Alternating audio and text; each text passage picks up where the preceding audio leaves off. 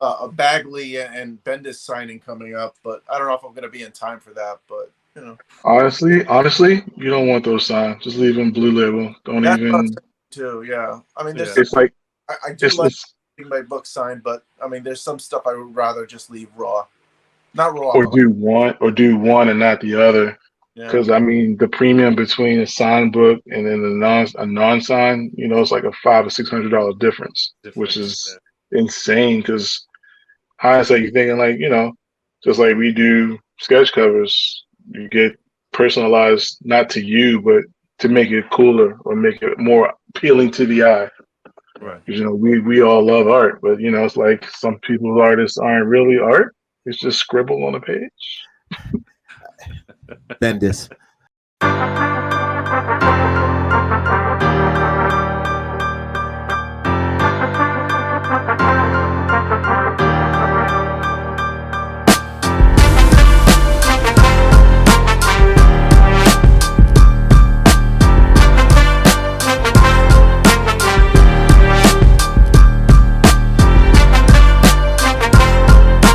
Yeah. All right, so we want to talk about some of these recent sales. Let's go. Here we go. All right. So with this particular sale, this is a Jay Anceletto original sketch cover, Harley Quinn. Anceletto has come up on the channel before. Yep. Check out the FDC Collector Profile episode with Charles Dyer. Charles is a big proponent of Jay's work. Has a couple of different examples of original sketch covers from Jay Anceletto. But one of the things that Charles did reveal is that if you want Jay's work, be prepared to wait. You may graduate from undergrad by the time you get your original commission, basically. So with that in mind, when you see what this sold for, so it was originally listed for $2,500 plus $1,695 shipping. Gotta love that. You can't give the shipping free. This is what I'm saying. So originally it was listed for that. Ended up moving for $2,300. Wow. So a pretty penny, not cheap. But what do you guys think with Jay Anceletto? I think the quality of the work is undeniable. Right. $2,300. What do you say? I will speak out first. Go ahead. I am a huge fan of Jay Anacleto. Yeah. I was put on. I noticed his work on the Falcon run right after Nick Spencer's run, where he did all of the covers for all 6 issues. Yeah. And he did one with Falcon and Blackheart on the cover. It was absolutely stunning. So I started following him on Instagram, and his commissions 3 or 4 years ago was around starting at like maybe 500 or 600, because he said it himself. His process is pretty lengthy, but with the amount of work he was getting, I think he was doing like 6 or 7 covers and exclusives for other companies. So I think this price warrants for the weight and the payoff of the quality of work that he's done. So I mean, it might not be any color, but the detail alone, it kind of like, I like the pencils more than color. Color splashes sell this one. You think the grade on it also helped the price?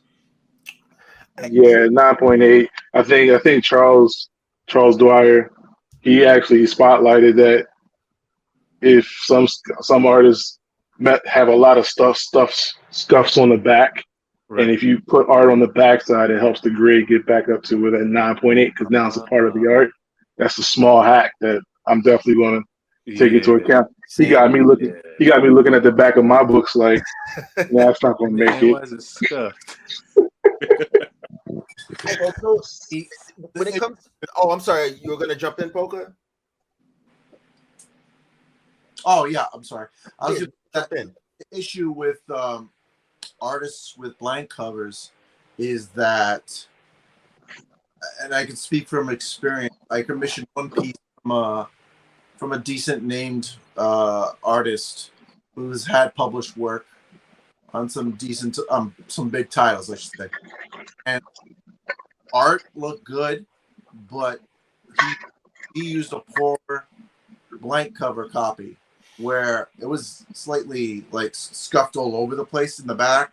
Right. And the quality, I mean, it was not mint at all. So I ended up getting an 8.5 on that. And I wasn't crazy about that. So it's a situation. You do commission an artist, be sure to submit your own mint cover. But again, even then, that's not guaranteed. So just keep that in mind. But when it comes to Jay's artwork, I remember his art from a book he was working on, but I don't know if he completed, called Aria Inc. It sounds familiar. I do. Yeah. I can picture it, but I can't remember exactly when it came out. I mean, it's all pencils. It's very detailed, but it's also meticulous, and it seems time-consuming too. So, I know for me, I wouldn't buy a cover for 2K of his, and that's just my opinion. But right. You know, if someone's a huge fan of this person's artwork and hardly can get it, because I don't know if you can even buy published pieces from him. You know what I mean? I don't have enough knowledge on the artist or how he sells to really have a better opinion about it. But I think, I mean, it's beautiful art, don't get me wrong, but I mean, in my opinion, when it comes to pieces like that are high, I'm like, you gotta love it, and you also gotta realize you might have to be hold it. Keep it, and don't expect to resell it for the same amount. I mean, it's rare that it'll go higher. I mean, it depends on the artist. It's tough. Like you can't predict how high or low an artist will go, you know, and so you take a chance when you purchase artwork. Yeah. Quave? Yeah, it's a beautiful piece. But like P.O.C.A said, once you start hitting at a certain range, right? Whether it's a sketch cover or 11x17 or 9x12, it's a gamble, especially once it starts climbing up in price. Now, I do believe if this was raw, obviously it'll be, I'd say, around 1,600. But because it's graded, and there's obviously a niche for graded books, especially sketch covers. Someone had the money, someone had the desire to have this book, and purchased it. So yeah, I could see raw 1,600, but for 9/8 signed sketch, the whole deal, 23 seems about right, especially for the time it takes for him to get a piece. So that makes it more lucrative, you could say, because And you less can't output, get on his probably. list. Yeah, like fewer examples of sketch covers of his circulating. Yeah. This is the one hang up that I have with this. Commission work submitted to CGC, they don't tell you how many artists are on what book unless you have that certain number on the book to know who did it. So it's like, we don't know how many covers Jay Anacleto did, and this might be the first one that came up for sale in God knows how long. Someone else said, you know what? I'll probably never get one from him. This is my opportunity. Right. I'm going to spend on this. So I don't have 4 years to wait. I don't have a high school career to wait for.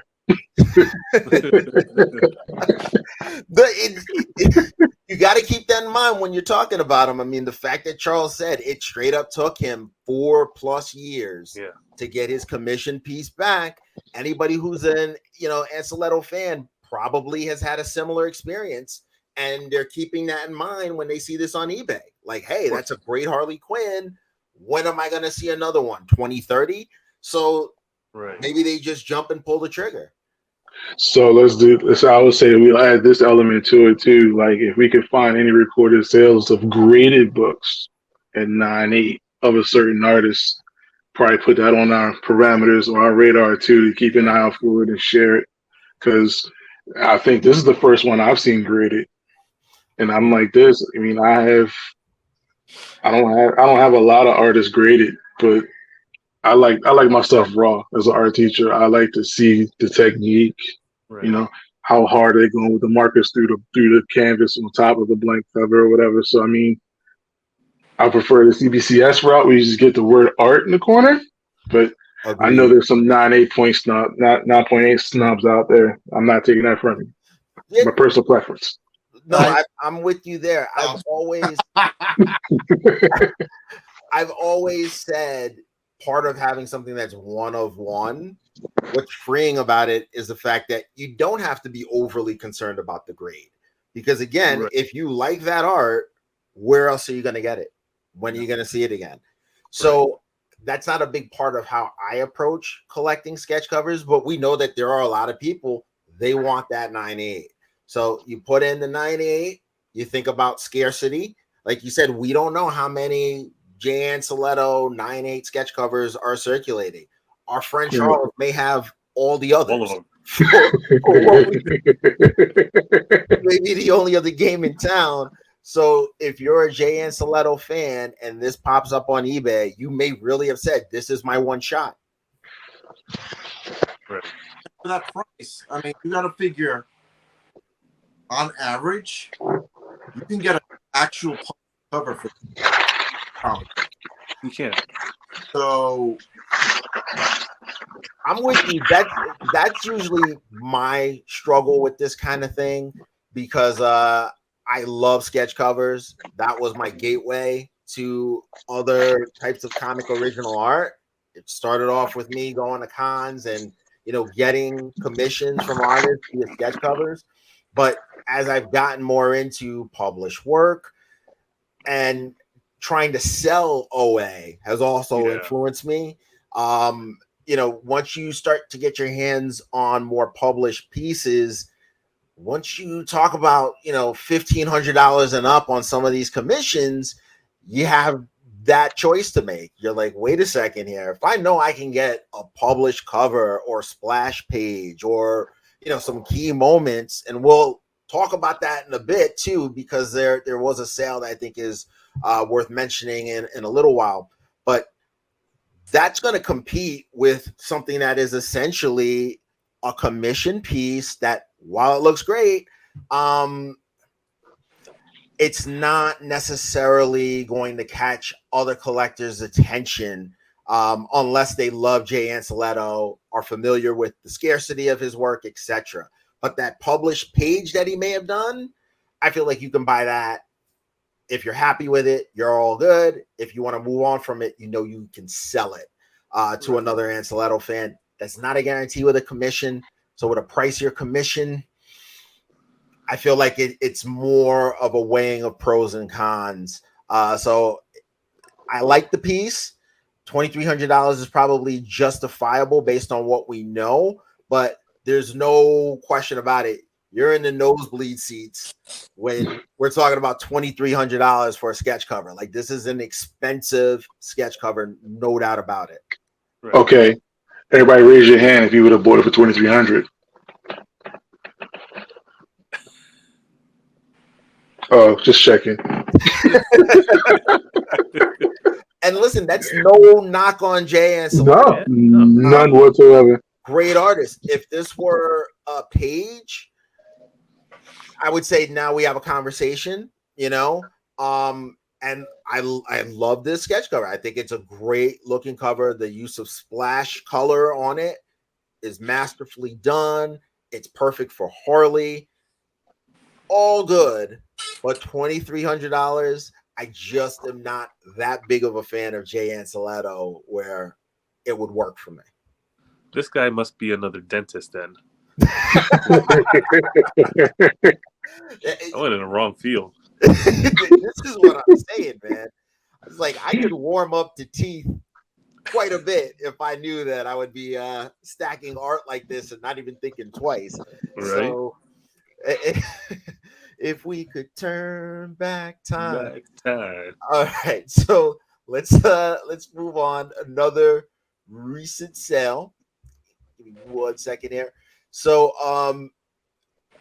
Omar Dogan, Man. who is pretty celebrated on this channel, has come up in several episodes. When I say we, those of us who have followed his career know that demand is at an all-time high for Omar Dogan original pieces. And when it comes to eBay sales, until this set of sales that Rob's Comics 81 put me onto, he hadn't sold anything since this time last year. There was a July 2022 sketch cover sale that went for, I believe it was $700 plus shipping. So he doesn't pop up on eBay every day, and knowledgeable fans, when they see work, they pounce. And that's exactly what we got with these two pieces. So we're talking about, they're both anime characters, and forgive me, I'm not familiar with either of these series, but the final sale prices, Wow. $880 and basically $2K for characters from anime series that are just, I don't think, household names in most collector households. So what do you guys think? Omar Dogan at these prices? Well, most of us know his price. Most of us know his price list already, but being able to get what you want is The hardest. the bigger thing here. Is like he has to be in the mood to draw the character you want, and then you have to be ready to pull the trigger when he's ready. Right. So it's almost like you want to go to the Super Bowl, and that's a 5-year wait to save up to go to a Super Bowl. So this is kind of the mentality when it comes to Omar. And the thing about it is that do we know these anime characters? But the level of detail in that apple pie makes you want to take a bite of that pie. You know, his attention to detail is top notch. So, I mean, even the emotions, the expressions, the blush, you know, he does a certain thing with the eyes, Right. you know, where it has like a certain shape or whatever inside of the eye. That's something that he does. But I mean, these are 11 by 17s, if I'm not mistaken. They're not small. Which does change things, although I do have to push back a little bit, Rob. This looks like the smaller head sketches. I see the pie there, and listen, you know Omar better than I do, so I trust what you're saying. Where if I see this, chances are it's a larger piece. But I think I tell you what. The thing with the smaller head sketches is he writes a number in the lower left hand corner for the head sketches, like like these. I have these right here, and I'll put my finger on it right there. You'll see the number right there in the corner, and the other one is really faint on that one. But he writes numbers in the corner on which ones he do. So I know that one's 11 by 17. Okay, thank you for the education on that. Okay, so 11 by 17, Omar Dogan, characters that maybe aren't going to jump out in terms of comic fans, but obviously the anime heads are on board. Anybody else with any thoughts on this? I mean, I think the art is honestly, I think that 880 someone got a deal because his pricing for 11 by 17 start off at 1,400, I think. So someone actually lost money on that deal. No, somebody. I think it's starting at 16 now because my friend just copped an anime character, and his base is 16 now. Wow! And by the time we finish recording, it'll be 18. That just seems to be the story with Omar Dogan post-COVID. You know, I think for whatever reason, that's when I remember the follower numbers getting crazier and crazier for him, and it seemed like people were commissioning him nonstop. He has a massive fan base now, and like Rob said, he picks and chooses what he wants to draw. Yeah, he doesn't tell you, hey, I'm going to draw this person next. It's, you better watch my IG because I'm going to draw someone I feel like I want to draw, and whoever wants it will take it. You know, and that goes for like if you notice his trend in the past maybe 6 to 8 months, I believe, he hasn't done one DC or Marvel character. So is he a published artist in any way? Street Fighter Udon. Yeah. Okay. All right. So that's what he's known for. Right. That's how he I think ended up on the radar of comic fans. Also had a video game following kind of built in, but I mentioned COVID because that's when I started to see a lot of the anime stuff pop up, where suddenly those fans had discovered him, and now you just have this explosion of interest. And Omar Dogan commission prices, like I said, by the hour. It's like gasoline. You check what's going on, and it's like, oh, he's asking for that now, but the stuff is moving. The interest is there. So if you go on his Instagram, you know, he'll put it up, you know, available. I watch him because Rob knows you got him on notification too. Like, got pull the trigger. Sometimes he'll drop hints, which he hasn't done in a long time. Normally he'll have a reel where he'll have a light pencil sketch of a face, partial face of, say, back in the day he did a lot of like Black Cat or Catwoman, right? And I have an open conversation with Omar. He goes, hey, you know, I'll drop clues, I'll drop hints, you know, you gotta hit me up on the DM real quick and say, hey, I want it, regardless of if it's, you know, fully completed, right? And that's how I got my pieces was I'll DM him and say, hey, I want that Gwen, I want that X-23. He's like, oh, someone already got it, right? I'm like, okay, but you already know his quality of work, so when you see a hint that, oh, he's gonna do another X-23, I'm already hitting it up and it's like, hey, claim it. And as a fan and his quality work, like, you could look at it, you could straight up look at it up close and see the level of detail. It's worth it. You know, I pulled this off the wall, and I'll say this, that he didn't publish this one anywhere except for in his sketchbook. But for this one, you know, I'll pay $2,300. Yeah. So I mean, in this case, he is aware of the things going on out. He's based in Canada, and he's aware of the things that were going on. And I did this before, you know, Black Lives Matter. That's the BLM with the Black Raised Fist. And he said he didn't want any flack for putting this out.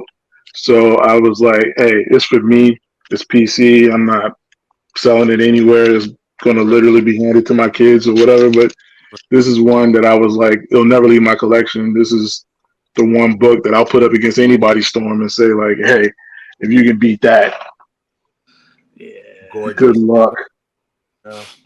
And I got the 9.6. I'm looking on the bag. See, now, like I said, he got me looking at the bag. There's a couple of stuff on here. But I'm not cracking this for nobody. Damn you, Charles. But, you know, in all seriousness, because I'm someone who DM'd him when I saw something was available, and it was a cami piece. He made the post, like, I'd say, like 2 minutes before I saw it. And I had that decision to make because I said to myself, well, I like Cammy. I'm a Street Fighter fan. I don't love Cammy. And then for the price he was asking, I then had to really think, well, do I want to kind of jump into this fan base and be seen as a flipper? Because that was sort of what I would be inclined to do. And I just thought twice about it. And I was like, look, it's so hard to get your hands on his stuff. I don't want to do that because then I may never be able to purchase something from him again. Right. You know, if I buy it just to move it to another collector, but it just is that hard to get his work. You know, like you at this stage of his career, there is no way to be able to dictate to him exactly what you would like. So you got to just take what he gives and, you know, understand that people are keeping watch. So I would not recommend, I mean, listen, people make their own decisions, but from what I've seen and what I know, because he's even putting stories when one of the fans wants to move stuff. Like he encourages people to let him know, you know, it seems like he doesn't like for stuff to just pop up on an eBay or wherever. So if you're like, oh, let me just buy this because I know a lot of people like it. Right. I personally think you're on the path to some drama. That's what I sussed out. So I mean, Omar's take on his art is that he said everything he does is one of one. He doesn't recreate any of the previous posters. He changes something or gives a different perspective. So for him, it's like I'm giving you a piece of my art that I live with to say, hey, I'm putting my legacy out in the world. So for him, it's like if someone can't afford it, he'll say, hey, I'll put it out there in the ether to see if someone buys it. But you know, I'm inclined to like, hey, I'd rather you keep my work than to sell it off. So I mean, you know, like you know, SketchGod said it best. You know, you want to buy something you love for that price versus something that you'll just tolerate. So it's like, you know, it's like one of those things was like, I love Nubia. You know, he didn't even post this. He didn't give no hints. He was like, I owe you. You know, I put you on the wait list for a year and a half. I owe you. So I was like, okay. So what child am I surrendering for this one? But that's the thing. You know, Rob has pieces that are truly his own that speak to him. When I had that situation, I basically said to myself, that Cammy's not meant for me. You know, even though I just happened to be in the right place at the right time, I don't want to take it and know that I probably wouldn't really be satisfied, try to move it, and then have any issues with Omar down the line. So I just And that's the thing too, like with Omar, and this is before his whole issues with Instagram, is he would also help his fan base if, say, for instance, they have to move pieces, right? He did that for me a few years ago, where I had to take care of some stuff, and I was like, look, I need to offload certain pieces, and he was like, well, let me know, let me help you out. Not a lot of artists do that, right? You know what I mean? He posted it, and literally within an hour or so, I got 4 hits. And so that's something that you know, that's a top notch for him to do. And he knows that his fan base are genuine. He's genuine, right? So he wants his art to still be within the community versus like flippers, right? But he knows what his art demands. That's why his prices have gone up, and people are willing to pay that because you'll never know. You can never request unless you have some personal relationship with him, and even then, you know, it's up to him to decide if he still wants to do it. You know, I've been nagging him to do a Psylocke piece for going on 4 years now. He is the Dave Chappelle of artists. Oh, he is. He does what he wants, shows up when he wants, does what he wants. That's my best example. I could see that. I definitely could see that. P.O.C.A, I want to give you a chance to weigh in because I know that you're somebody who just recently discovered his art based on some of our conversations and you know the pieces that Rob has shown. What do you think? Too many hoops to jump through, or is it maybe one of those deals where this artist has found or created a community that's willing to abide by those rules, and you know, so be it? it's interesting to come across an artist that has their own way of doing things that's out of the norm, that people are willing to accept just because they love the artwork. Yeah. And they also pay the price he's charging. And so that in and of itself just shows how popular he is and how in demand he is in terms of the artwork he's creating, and that it's going to continue to go up just by that. Having said that, I mean, and I just, I had no idea who this person is until we started talking about them a show ago. And I love the stuff you've got, Rob. I mean, it's really, really good. Beautiful colors, nicely detailed. Like, and it reminds me of those old school Street Fighter like comics, and the game. And you see the animation the way it is. I love that style. So I appreciate you introducing me to that. I'm normally used to paying a price like that for published pieces, but I don't know if I would pay that. Like your similar situation where you mentioned Cammy, where you had opportunity at it, but you're not crazy about it. It's not the character. I mean, the character, sure, but it's the artwork you can appreciate. But it's like, do I really need this in my collection? Am I going to really like it to justify, giving price at that price? Yeah. And so I've had situations like that where there are artists selling piece. I want a piece from the artist, but I'm not crazy about the character they drew. Do I get it and just say, oh, I've got a piece from this character, from this artist? Or do I just say, let someone else get it and I'll just, get another one down the line, This is, I think, one of those things that every OA collector has to deal with at one point in time or another. An artist who you really admire, there's scarcity of work circulating. You desperately want a piece, but the pieces that are available, yeah, and it's nothing against the artist. I mean, they're just putting out what they're putting out. Right. But at the end of the day, you got to look at your collection. You got to be happy with it. And if you look at that piece and you're like, man, I'm glad I got that artist, but I wish it was a different piece, then don't get it. Yeah. Don't get it. Like, you don't want buyer's remorse. You want to make sure, weeks, maybe even months or years after, you're still happy by the fact that you forked that cash over, and then you can look at the artwork and say, I'm very proud I have this in my collection. If you can do that, get it. If you can't, don't. Right. Because we're not talking about something scooped out of the dollar bin. Yeah.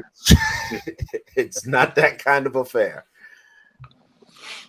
It's just like buying I think a prime example is like Milo Manera. Like, he draws a lot of the nude stuff, but then it's like, man, I would love some of those pieces, but some of it's too erotic for my wall. Yeah. It's like, I don't want to pay that price, and everybody walking in the house be like, why is there a naked woman on the wall right there? That's going to be kind of awkward. Dropping like 8K on something like that.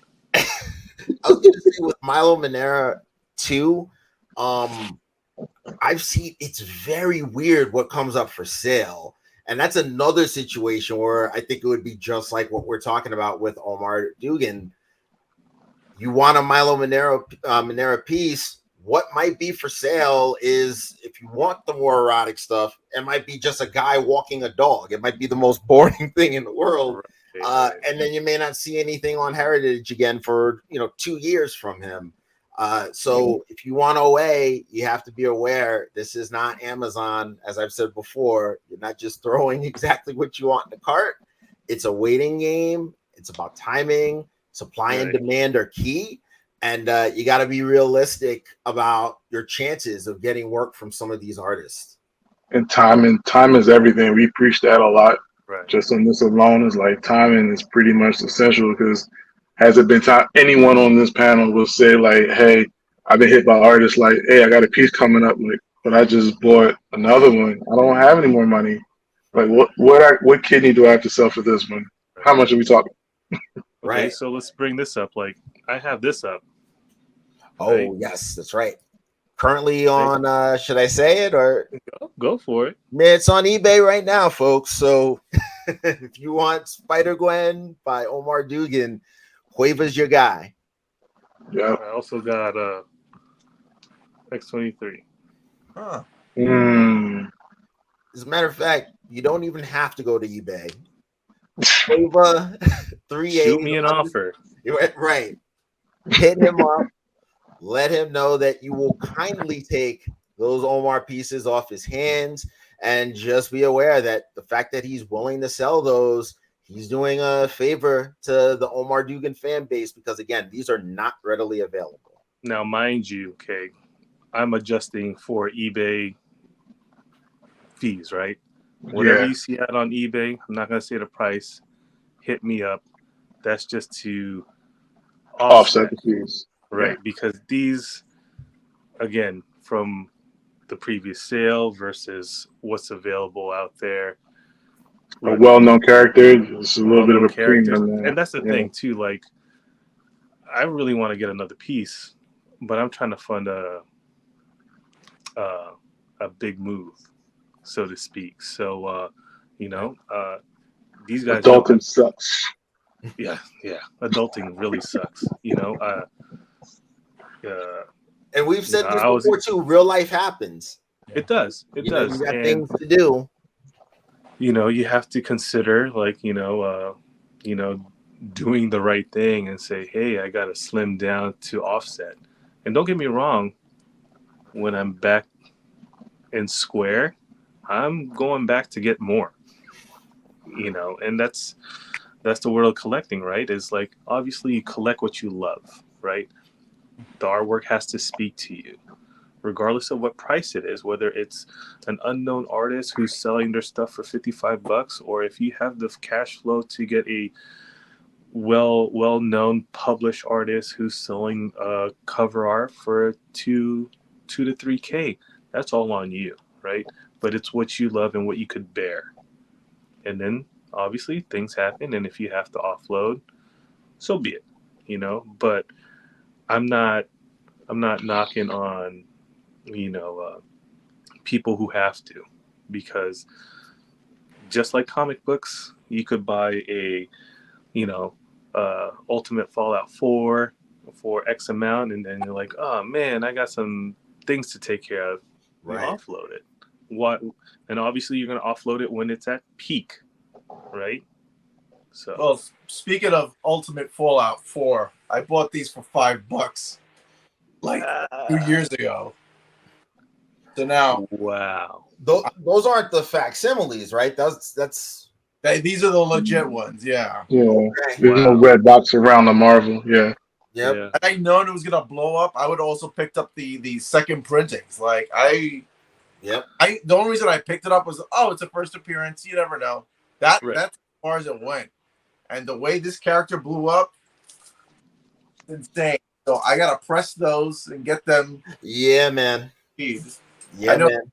A Bagley and Bendis signing coming up, but I don't know if I'm gonna be in time for that. But honestly, you don't want those signed. Just leave them blue label. Don't even.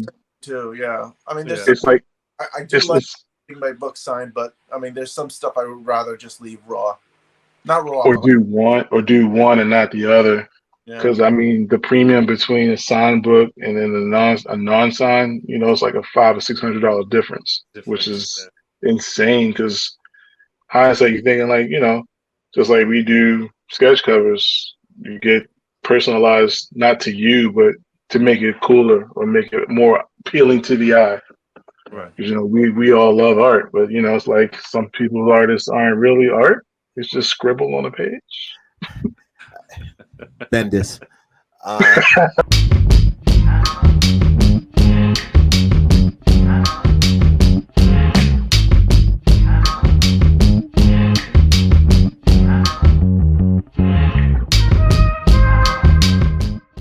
So this is one of those things I think that's interesting, and we can maybe talk about it now. We don't have to, but this cover, so Moon Knight is on the cover, but this comic, Secret Avengers 19, it's the first appearance of Mr. Knight. The Mr. Knight. In the comics, in the 616 universe, it's just a suit, but obviously in the Disney Plus series, it's a different personality that's associated with Mr. Knight.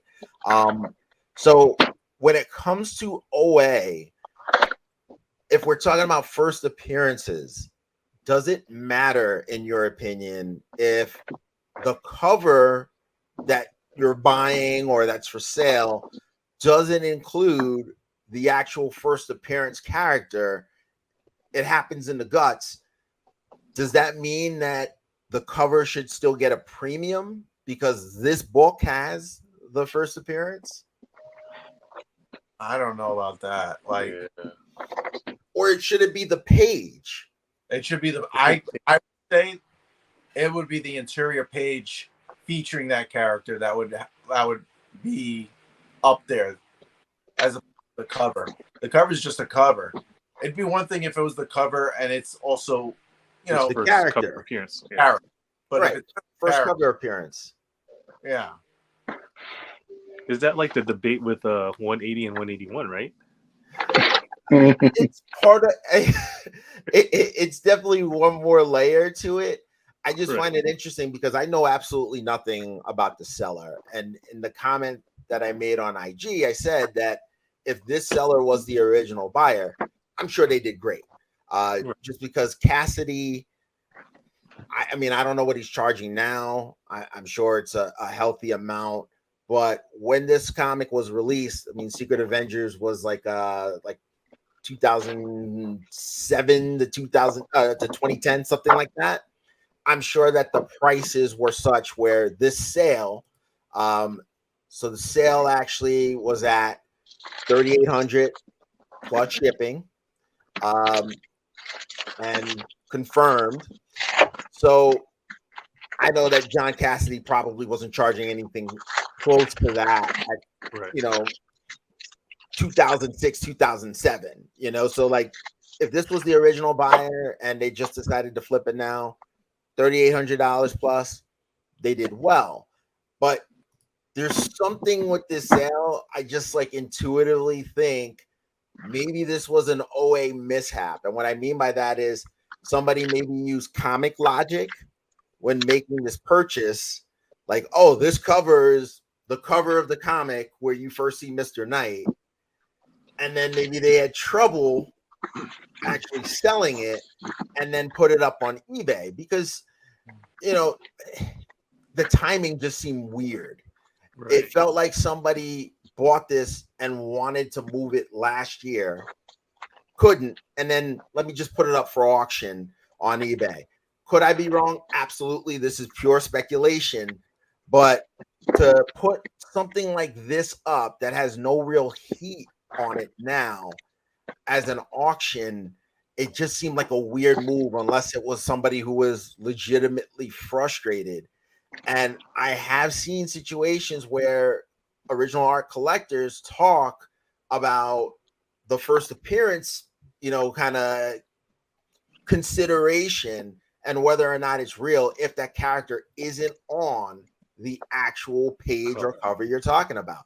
Like if it's a random page in a book that has a first appearance of a character, is there a markup that's justifiable because that book is from or that page is from a book that contains a first appearance? Like these are the types of things that normally don't come up in comic collector circles. But I think when it comes to collecting OA, there's a lot there that's worth getting into. Right. Nah, I just say with, someone's probably upset at the fact that, Moon Knight wasn't a hit because, their spec didn't turn out to pay the way they pan out to be. Or they misjudged, like, man, this should go for triple the amount because now it's a part of the MCU.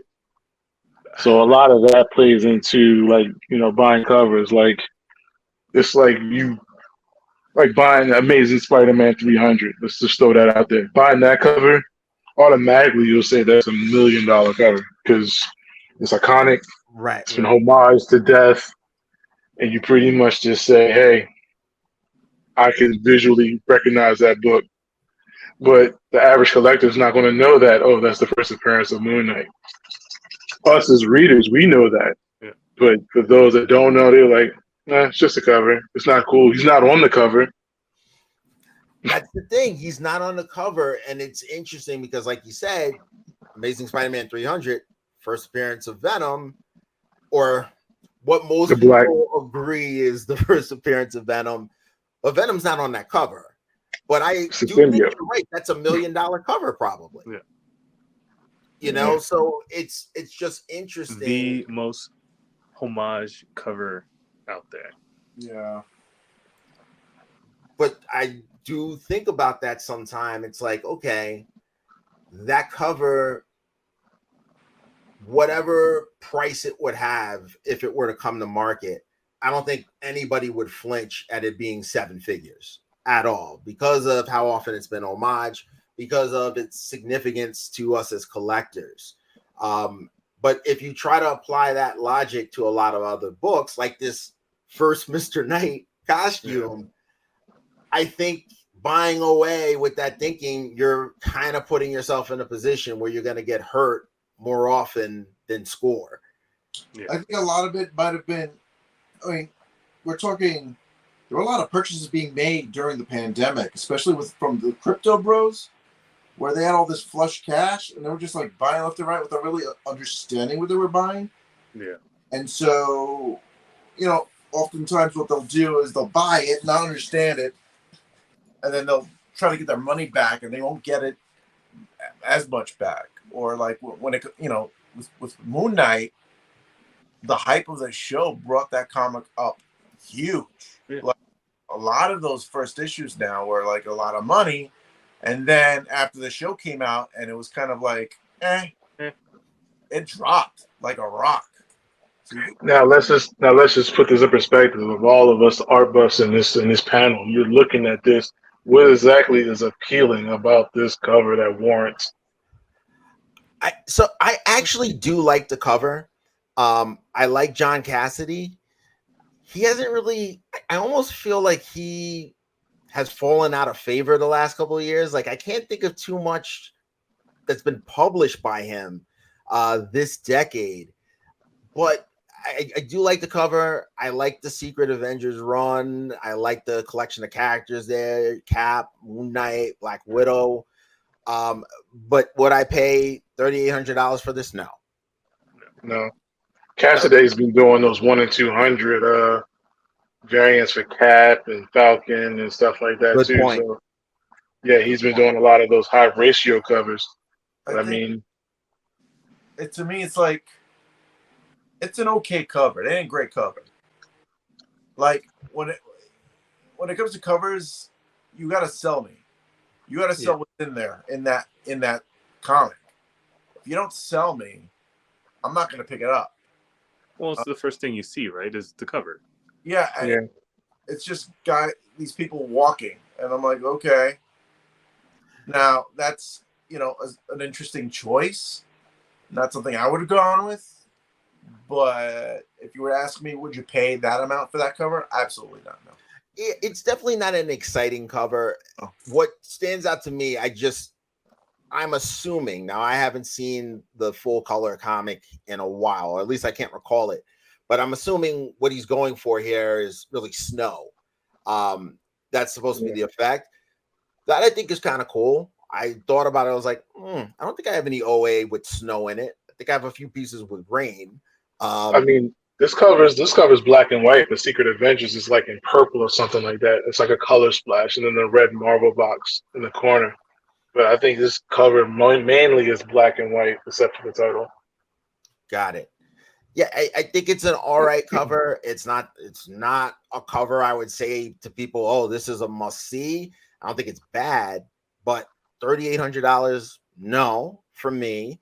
And then even if you want to use the logic that it's significant for Moon Knight as a character, because we're getting this new costume, that's not on the cover. Like it's happening inside the book.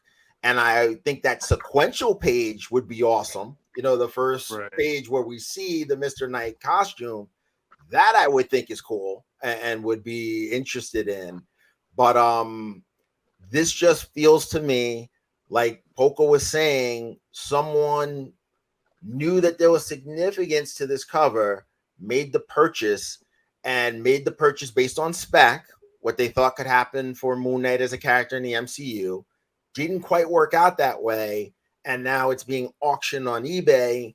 And I wouldn't be surprised if this was a recent buy. And by recent, I mean if this person bought this within the last 3 years, they lost money.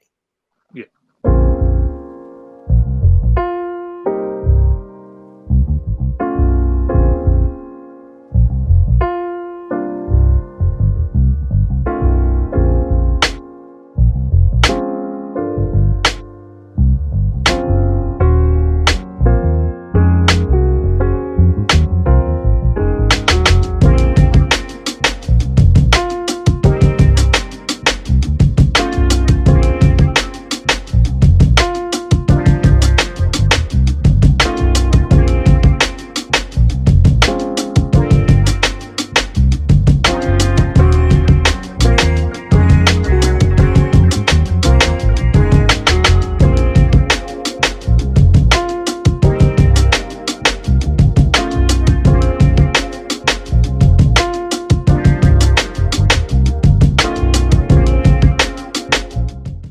Thank you guys for joining us once again on the Fandom Collectibles YouTube channel. P.O.C.A, Rob's Comics 81, Cuevaaa Comics. You know the deal. Make sure you follow these guys at their socials, and we'll be back. The One of One show only on the Fandom Collectibles YouTube channel. Hit like, subscribe, and check us out next time.